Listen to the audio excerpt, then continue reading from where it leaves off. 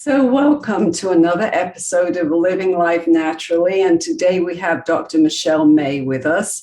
She is a former family physician and a recovered yo-yo dieter.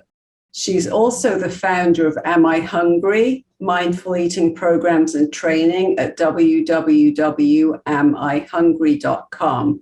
She's the author of Eat What You Love, Love What You Eat book series that teaches mindful eating to help individuals resolve mindless and emotional eating and senseless yo-yo dieting so that they can live the vibrant life they crave. So a very warm welcome today to Dr. Michelle May. Thank you. Happy to be with you. And tell our listeners where you're joining us from. Phoenix, Arizona. Nice weather. Right now it is, yes. And in another month or so, not so much. Right. And that's how it is here. We get a very small window in Florida of nice spring weather, and then it's just like crazy humidity and heat, but you don't get the humidity with it. That's right, which is nice. We call it our crowd control. If you can't stand the heat, stay out of Arizona. That's it. Same with Vegas. We've been to both because we lived out west and we actually love that dry heat, but so it's just not for some people.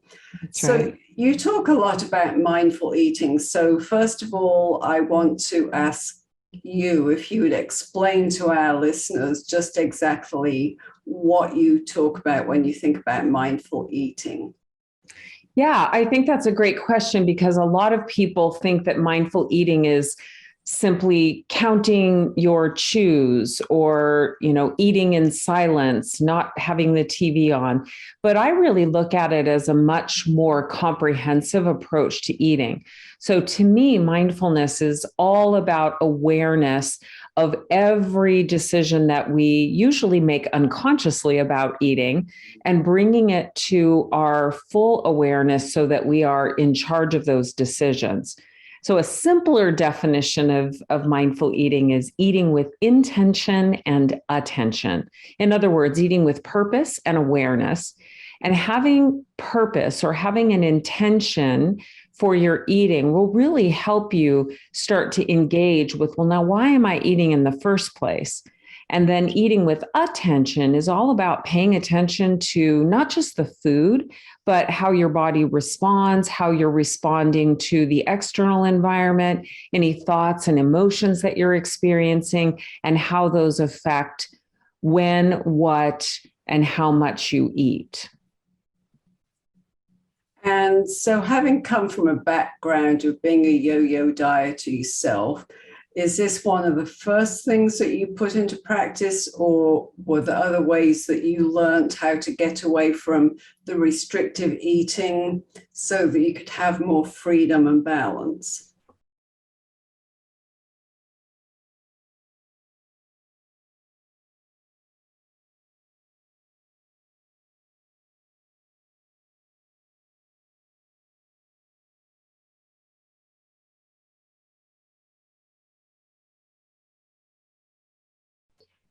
So for me, my awareness that dieting was not working for me and I was doing it over and over and over again and getting to the same place each time was really the beginning of my healing journey. I had young kids and a husband who never dieted, and I loved the way they were able to just eat what they loved and they seemed to love what they ate and they didn't really worry about food in between time. And in sharp contrast to myself, who was constantly thinking about food or not eating food or what I ate or what I will eat when I'm off this stupid diet. So I thought, that's no way to live. So for me, maybe like you, it started with saying, I am not going to keep restricting myself because it always had a follow-up binge with it, Yes. Yeah. So mindful eating became well, then what do I do instead? How do I manage my eating? How do I make decisions about eating? And so it really became the replacement for the restriction that wasn't working anyway. So for a lot of people, they have maybe not even thought of themselves as being a yo-yo dieter. For many of us here in the US, we totally know what that is. You're constantly following after the next fad diet out there. You go on this diet, it's very restrictive, you lose the weight, and then you just go back to your old ways most of the time. So it's very restrictive, and I like to call that the diet mentality. Mm-hmm. But tell people what you consider the differences between restrictive eating and then eating the more balanced lifestyle. Yeah, well, it really comes back to intention. So restriction, as you already mentioned, is often done for a purpose. Most often, it's done in order to change your body size. That is the whole reason to make the change. Sometimes it's about health, or we'll say it's about health, but oftentimes it's still, at least in part, due to the desire to change a body size. So the problem, of course, with restriction is that it is unsustainable. And a lot of us who have done a lot of yo-yo dieting, I call it the eat, repent, repeat cycle. A lot of us are so used to it that it seems kind of normal, and everybody we know is doing the same thing. And so we sort of think that there's no alternative. What happens, though, is that restriction automatically creates feelings of deprivation and cravings eventually. I mean, oftentimes the first couple of days or weeks of a diet are no problem. But down the road, you start thinking a lot about the foods you can't have or shouldn't have or aren't allowed. As those cravings become stronger, you actually have more and more difficulty sticking to the diet and then end up giving in. Many of us feel like we have failed. We didn't have enough willpower. We didn't try the right diet. It was a bad time. We make up all these reasons why it didn't work. The truth is, and the research backs this up, that diets don't work for the vast majority of people.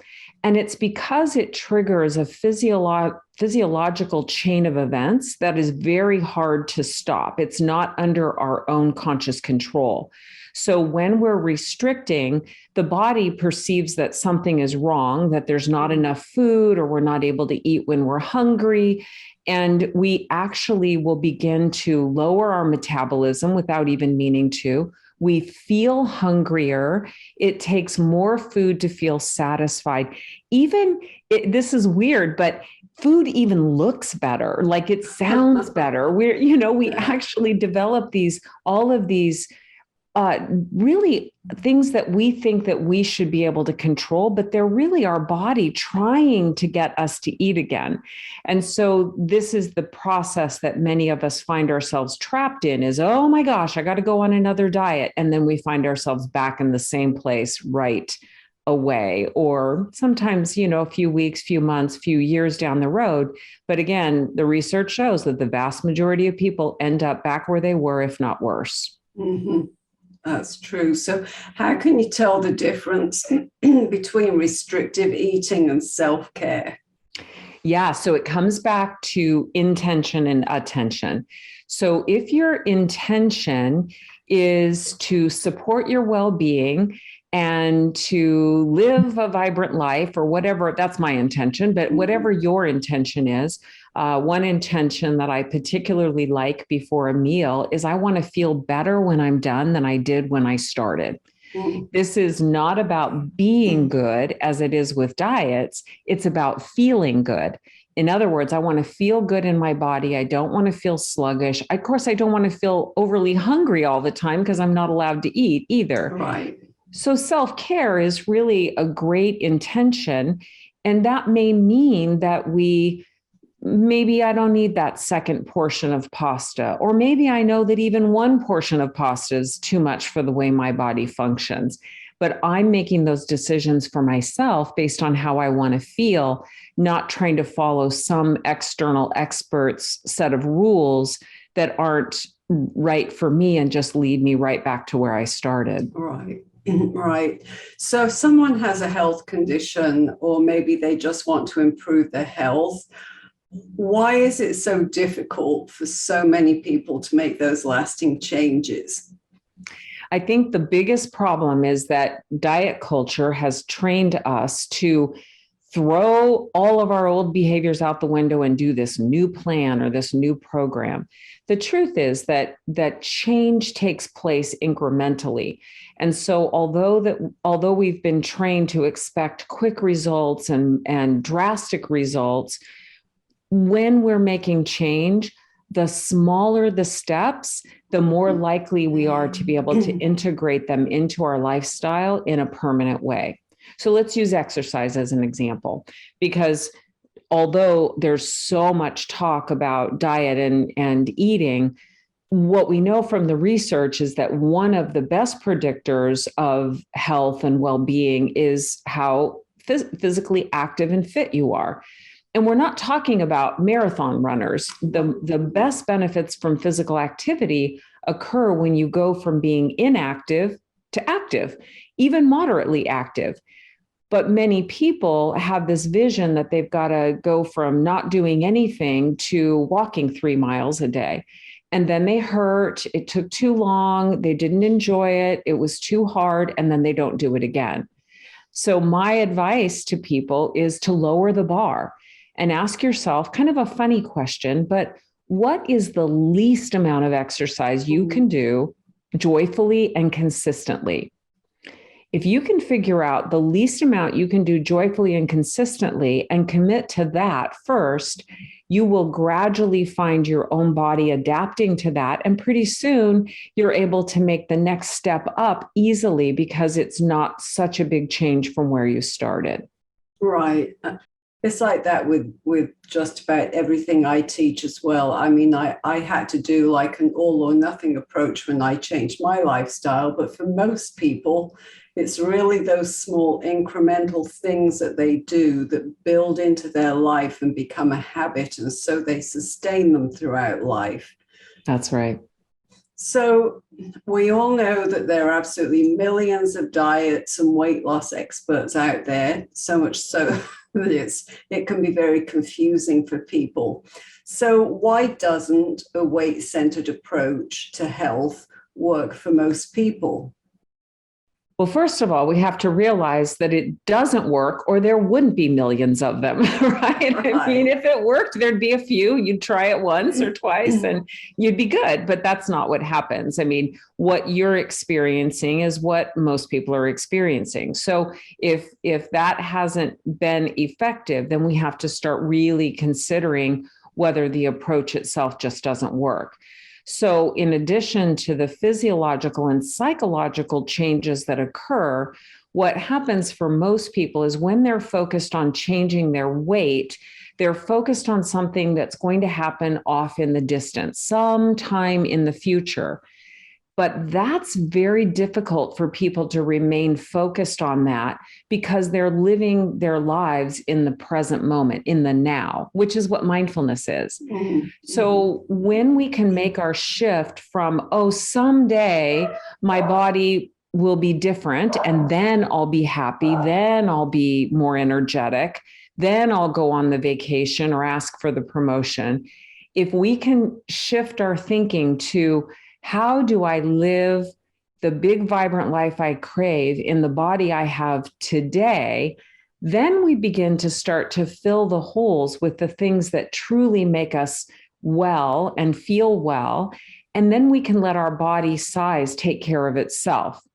So trying to manipulate our body size is just a difficult thing to do long term, but trying to find the things that we really love to do, that light us up, things that we're gifted at, things that bring, gifts to the world. Those things are going to fill the holes that many of us try to use food for.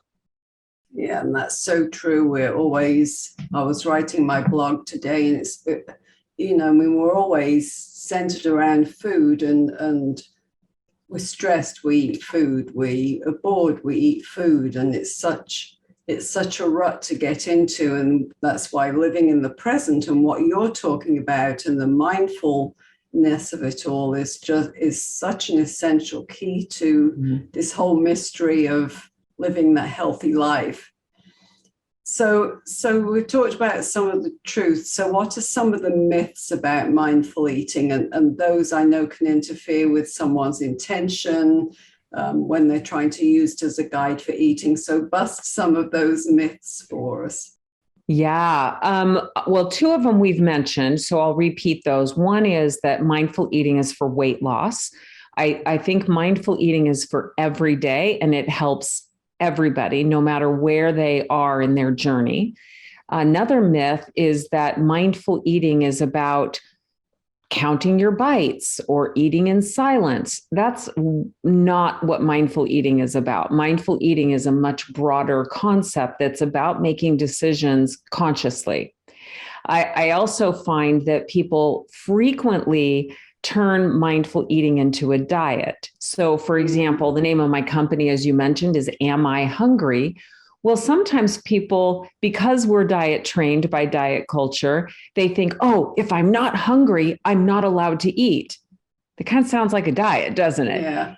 And that's not at all what we're teaching here. All we're asking is if you feel like eating, pause and ask yourself whether you're hungry. We're not asking the question to decide whether you're allowed to eat, but to help you figure out why you want to. Because if it is stress or boredom or any of 100 other triggers that you might have on a given day, now you've got an opportunity. You can still eat if you want to. But your audio cut out. Yes. Let's see. So I have a backup. Is that working? I know it's not quite as good, but it works. Yeah, okay. That's good. So let me back up a little bit. Or yeah. So for people who ask the question, am I hungry? We're trying to figure out not whether we're allowed to eat, but to try to figure out why we want to. And then by noticing why we want to, we get to make a decision. I could eat anyway. It's an option. It's always an option. This is not a restrictive diet. And by noticing why I want to eat, I can actually choose to meet that need instead. Boredom is a great example. Like lots of us try to eat when we're bored because eating is something to do. But it's only one of 1,000 things we could choose to do at any given time.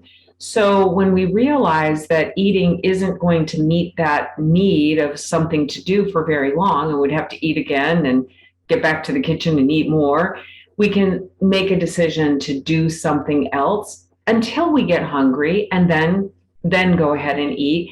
And in that way, food is serving its true purpose, which is to fuel us, nourish us, bring us pleasure, but we're not trying to use it to meet every other need that we might have.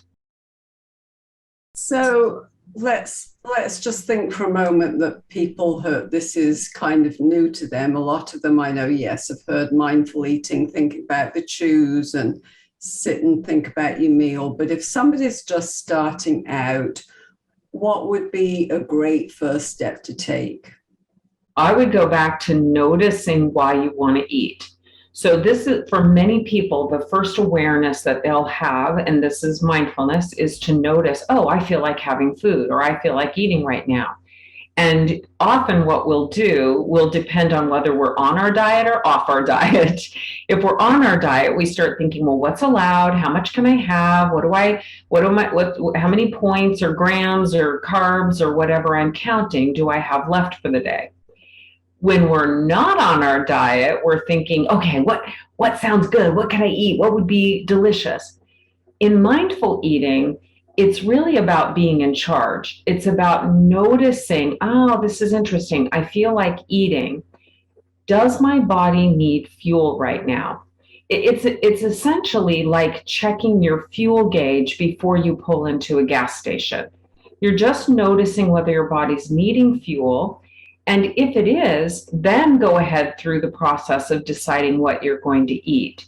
If your body does not need fuel, you certainly could top off at the gas station, if you will, if you wanted to. Or you could figure out, well, now why do I want to eat? That is the door opener for many of us to begin to understand the reasons that we're using food.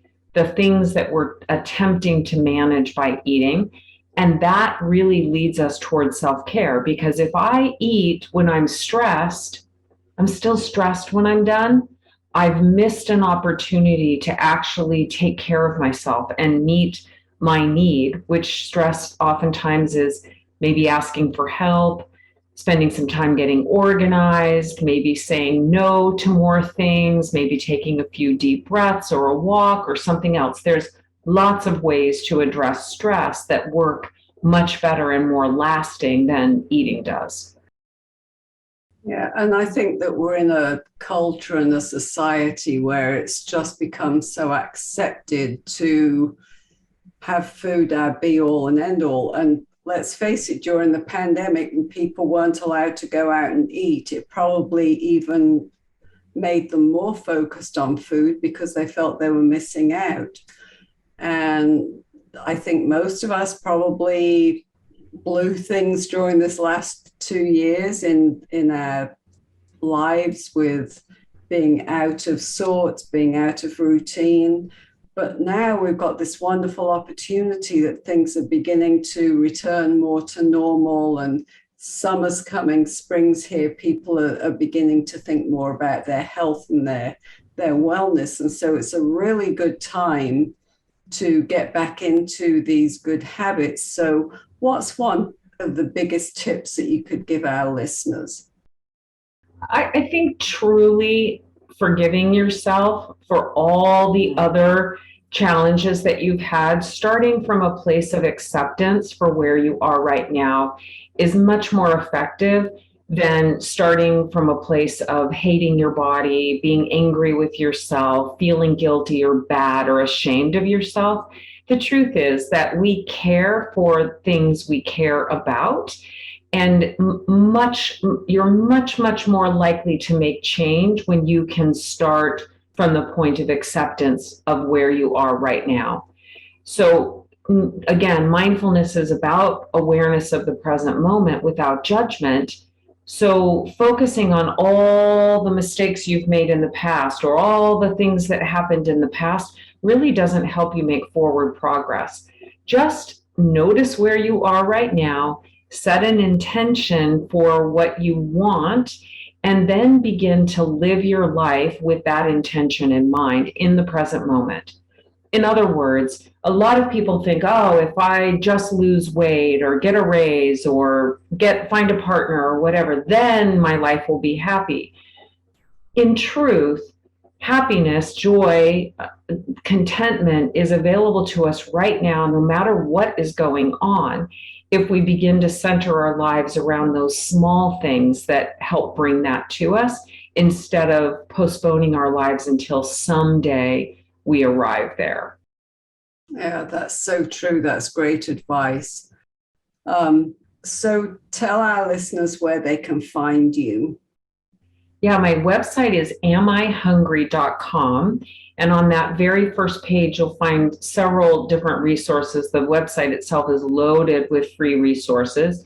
But maybe the most helpful thing you can get from that first page, scroll down to the bottom and download chapter 1 of my first book, Eat What You Love, Love What You Eat. That chapter will explain to you the mindful eating cycle, and it will show you the differences between instinctive eating, where we're eating according to our body's natural cues, restrictive eating, which is eating according to rules and deprivation and all kinds of outside in sorts of regulations about eating. And then overeating, understanding more about all the triggers that lead us to the place where we're eating more food than we need. And I think understanding the eating cycle will give you a huge amount of awareness about why you do what you do. And it's a wonderful starting place. That's awesome. Yeah, thank you so much. I'd encourage everybody to go check it out. And of course, I'll put everything in the show notes for them.